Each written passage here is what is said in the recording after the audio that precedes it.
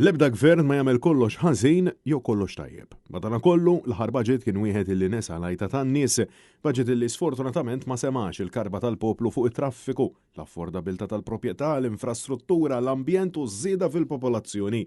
Sostna dan il-kap tal-Partit Nazzjonalista Alex Borch meta kienet jiġi intervistat fuq ix-xandir nazzjonali fil-programm Realtà kif insista li fil-waqt li l-aħħar budget kellu tajjeb tiegħu kien hemm ukoll punti maġġuri li ntesew wala sant il-Partit Nazzjonalista ma setax jaqbel totalment miegħu.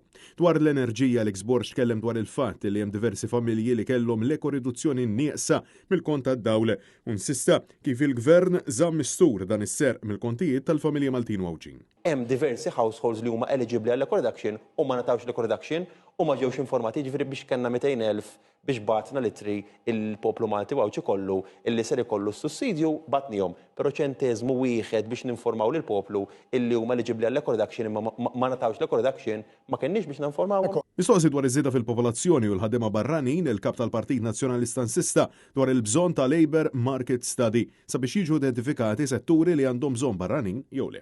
Wasosna li gvern ġdid nazzjonalista se jkun qed jaċċerta li jiġu mejjuna l-industriji permezz ta' bord li jħaffef il-proċess għal ħaddiema madankollu l-għan aħħari jibqa' li jiġu inċentivati l-ħaddiema Maltin u Wawġin.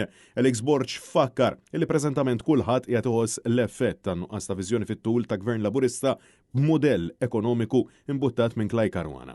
Kulħadd qed iħoss l-effetti ta' dik it-tkabbir ekonomiku llum għandek traffiku ma jqafx, għandek l-isptar li llum il-ġurnata ma tlaħħax, jiġifieri sal-ġimgħa l-oħra stess kelli persuna illi ċempil li daħal Mater Dei l-emerġenza li ċemplu għax għamel xi testijiet tad-demm, għamel triage dan daħal fis-6:30 ta' wara nofsinhar.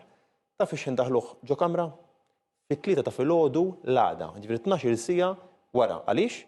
Hemm l-emerġenza qed tereq, litteralment qed tereq. Il-kap tal-Partit Nazzjonalista insista li fost l-isfidi li pajjiżna taħabbat wiċċu magħhom hemm il-fatt li numru ta' koppji żgħażagħ u mhux biss qed isofru l-pressjoni ta' nuqqas ta' housing affordabbli u saħaq li l-gvern għandu jgħin aktar f'dan il-qasam. Dwar it-traffiku, Alex Borch sostna li l-gvern għadu sa issa ma għamel assolutament xejn meta hemm diversi aspetti li jistgħu jiġu ikkonsidrati. Il-ġbir ta' skart. Illum nistgħu bħal pajjiżi barra minn xtutna illi il-ġbir ta' skart pereżempju jsir matul l-early hours tal-ġurnata jew matul il-lejl biex nifrankaw it-traffiku matul il-ġurnata. Ir-remote working.